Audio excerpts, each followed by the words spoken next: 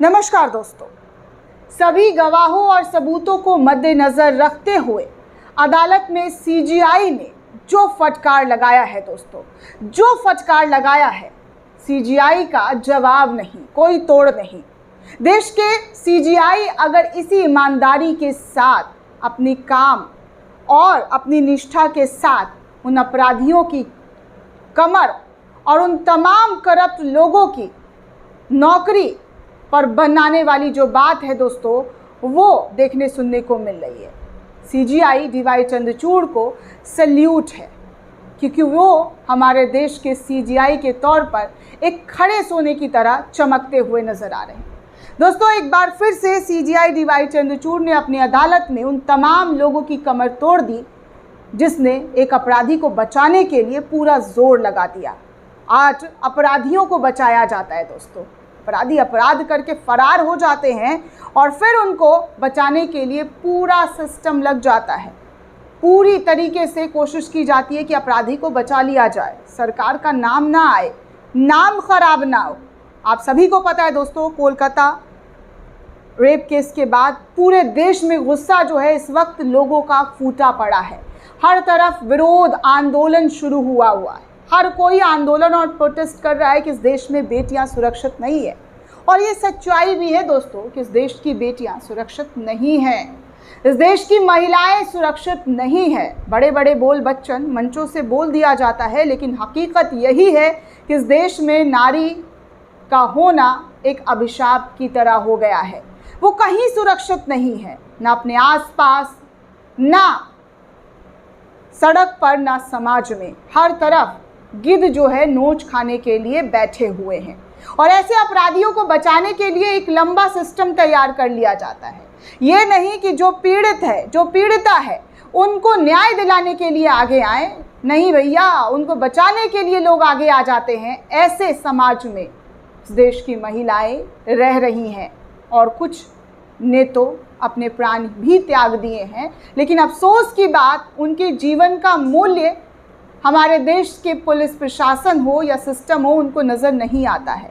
कलकत्ता वाले मामले में आपने देखा कि कैसे नीपापोती करने की लगातार कोशिश की गई, और जब सुप्रीम कोर्ट में ये मामला गया तो सीजीआई डीवाई चंद्रचूड़ ऐसा लग रहा है कि पत्थर बनकर खड़े हुए हैं और उन अपराधियों की कमर तोड़ते हुए नजर आ रहे हैं। उन पुलिस प्रशासन से सवाल पूछ रहे हैं जो लगातार इन तमाम सवालों को ढकने की कोशिश करते हुए नजर आए।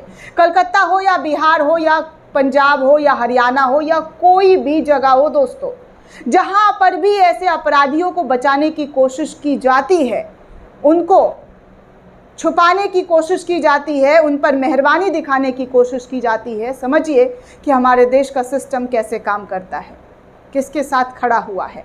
और आज उसी सिस्टम को किस तरीके से धज्जियां उड़ाते हुए हमारे देश के सीजीआई डीवाई चंद्रचूड़ नज़र आ रहे हैं दोस्तों। इसीलिए मैं कहती हूँ कि उनको सलाम है, लाखों सलाम, कि वो किस तरीके से अपनी भूमिका दिखाते हुए नज़र आ रहे हैं, बहुत अहम भूमिका दिखाते हुए नज़र आ रहे हैं।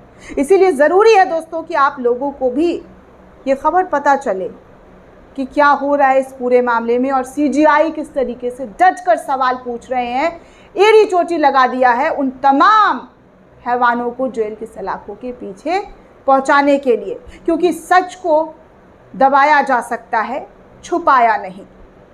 सच को आप दबा सकते हैं लेकिन छुपा नहीं सकते हैं, और सच एक ना एक दिन सामने आ ही जाता है। दरअसल दोस्तों, आज फिर से कोलकाता रेप केस मामले पर सुनवाई चल रही है।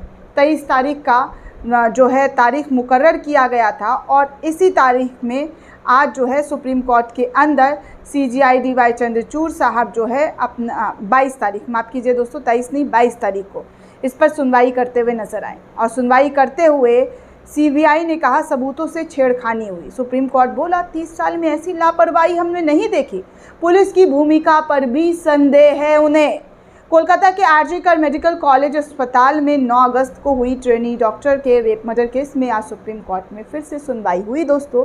सीबीआई ने कोर्ट रूम में कहा कि क्राइम सीन से छेड़खानी हुई है। जस्टिस जेवी पारदीवाला ने कहा कि कोलकाता पुलिस की भूमिका पर हमें संदेह है, जांच में ऐसी लापरवाही अपने 30 साल के करियर में कभी नहीं देखा है।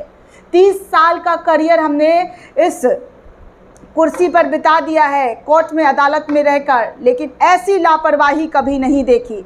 इससे पहले सीजीआई ने कहा कि डॉक्टर काम पर लौट आए, अस्पतालों की स्थिति जानता हूं, मैं खुद एक सरकारी अस्पताल के फर्श पर सोया हूं जब मेरे परिवार का एक सदस्य बीमार था। हमें बहुत सारे ईमेल मिले जिसमें डॉक्टरों ने कहा है कि उन पर बहुत ज़्यादा दबाव है, 48 या 36 घंटे की ड्यूटी अच्छी नहीं है, हम इसे आज अपने आदेश में जोड़ देंगे। जी हाँ दोस्तों, सुप्रीम कोर्ट की 4 सख्त टिप्पणियां भी आपको मैं बता दूं कि क्या क्या सुप्रीम कोर्ट की तरफ से 4 सख्त टिप्पणियां की गई। उन्होंने कहा कि सुबह 5 बजे मौत की सूचना मिली तो रात के 11:45 पर एफआईआर क्यों? सोचिए, सुबह खबर मिलती है और एफआईआर रात के 11:45 बजे होती है।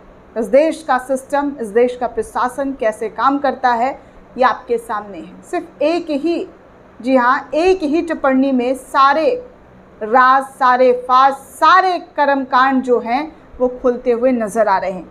दूसरी टिप्पणी सुप्रीम कोर्ट के जरिए ये भी की गई दोस्तों कि अननेचुरल डेथ रिपोर्ट दर्ज करने से पहले पोस्टमार्टम कैसे हो गया। पिछले 30 सालों में पुलिस की ऐसी लापरवाही कभी नहीं देखी। इस केस में महिला एएसपी अधिकारी की भूमिका पर भी उन्हें संदेह है। सीजीआई के पश्चिम बंगाल सरकार से भी बहुत ही तीखे सवाल, ममता बनर्जी से भी। एफआईआर 14 घंटे देरी से क्यों दर्ज हुई? ममता दीदी, प्रिंसिपल को सीधे कॉलेज आकर एफआईआर दर्ज करानी चाहिए थी, वो किसका बचाव कर रहे थे? तीसरा, उन्होंने इस्तीफा दिया तो दूसरे कॉलेज को काम सौंप क्यों दिया? ऐसा क्यों हुआ? ये सब कुछ दोस्तों आज कोर्ट रूम में देखने सुनने को मिला। कोर्ट में और क्या क्या हुआ है दोस्तों, इस बात की भी जानकारी मैं आपको देना चाहूँगी। एक वकील ने प्राइवेट हॉस्पिटल और नर्सिंग होम में सुरक्षा के मुद्दे को उठाया। उन्होंने कहा कि वो किसी भी नौकरी पर रख लेते हैं, किसी को भी कोई वेरिफिकेशन नहीं करते हैं। तो सीजीआई कहते हैं कि हमारे पास डॉक्टर का एक ग्रुप है जो छोटे अस्पतालों के लिए क्या करना है इस पर विचार कर रहा है। सीजीआई ने आगे ये भी कहा कि हमें बताया गया कि डॉक्टर के काम पर वापस जाने के लिए तैयार हैं। राज्य सरकार डॉक्टरों के लिए कुछ सुरक्षा इंतजाम कर सकती थी। हमें निर्देश देते हुए केंद्रीय स्वास्थ्य मंत्रालय के सचिव, राज्य के मुख्य सचिव और डीजीपी के साथ मिलकर सुरक्षा सुनिश्चित करें। ये एक्सरसाइज 1 हफ्ते में पूरी हो जानी चाहिए। राज्य 2 हफ्ते के अंदर इसे लागू करे। सीजीआई ने आगे ये भी कहा कि हमने स्टेट्स रिपोर्ट पढ़ ली है, इसे सील किया जाएगा। आगे ये भी बोला गया है दिल्ली मेडिकल एसोसिएशन की तरफ से कि डॉक्टर के खिलाफ एफआईआर दर्ज है। तो सीजीआई ने कहा कि आप कब से इसका विरोध कर रहे हैं? तो दिल्ली मेडिकल एसोसिएशन कहता है घटना वाले दिन से ही हम इसका विरोध कर रहे हैं। तो सीजीआई ने कहा तो 13 दिन से एम्स के डॉक्टर काम नहीं कर रहे हैं, कृपया काम पर आप लग जाइए। हमें ये सुनिश्चित किया कि आज के आदेश के बाद कोई विरोध प्रदर्शन हो तो कोई बलपूर्वक कार्रवाई किसी के लिए भी ना की जाए। सीजीआई ने आगे ये भी कहा कि जुडिशियल और मेडिकल हड़ताल पर नहीं जा सकते। क्या हम सुप्रीम कोर्ट के बाहर जाकर बैठ सकते हैं? नहीं, ऐसा नहीं कर सकते हैं, इसलिए डॉक्टरों को अपने काम पर वापस लौट जाना चाहिए। सीजीआई ने यह भी कहा कि हम जानते हैं कि शांतिपूर्ण प्रदर्शनकारियों को परेशान नहीं किया जाएगा, तो हमारा मतलब ये है कि उचित प्रोटोकॉल का पालन भी किया जाए। सीजीआई ने कहा जहां तक डॉक्टरों का सवाल है उन्हें काम पर वापस लौटना होगा। एसजी ने कहा कि हमारे पास पश्चिम बंगाल के मौजूदा मंत्री का बयान है। उनका कहना है कि अगर हमारे नेता के खिलाफ कुछ भी बोला गया तो उनकी उंगलियां काट दी जाएगी। कपिल सिब्बल ने कहा कि आपके नेता कहते हैं कि वो गोली मार देंगे। इस तरीके की भी बहसबाजी जो है वो सामने आई। सीजीआई ने कहा कि इसका राजनीतिकरण ना करे, कानून अपना काम कर रहा है, हमें डॉक्टर की सुरक्षा के बारे में चिंतित होना है, हम ऐसे दिशा निर्देश बनाएंगे, हमें प्रोटोकॉल लागू करना होगा। कपिल सिब्बल कहते हैं कि वो कह रहे हैं कि एसिड बम का इस्तेमाल किया जाएगा। विपक्ष के नेता ने यहाँ ये भी कहा है। तो ये सब कुछ कोर्ट रूम में लगातार सीजीआई और वकीलों के बीच बहस जो है वो देखने सुनने को मिला। और साफ तौर पर सीजीआई ने ये ज़रूर कहा है दोस्तों इस केस में कि इतना लेट कैसे हो गया केस करने में, एफआईआर करने में, और ऐसी चीज़ों में इतनी देरी नहीं होनी चाहिए, कभी भी नहीं होनी चाहिए। इस तरीके की बातें सीजीआई ने अपने बयान में कोट करते हुए लगातार कहा। दोस्तों इस पूरे रिपोर्ट को लेकर आप क्या सोचते हैं, आपकी क्या प्रतिक्रिया, हमें कमेंट करके ज़रूर बताइएगा। साथ ही साथ चैनल को ज़्यादा से ज़्यादा लाइक, शेयर और सब्सक्राइब करना बिल्कुल भी ना भूलें। धन्यवाद दोस्तों।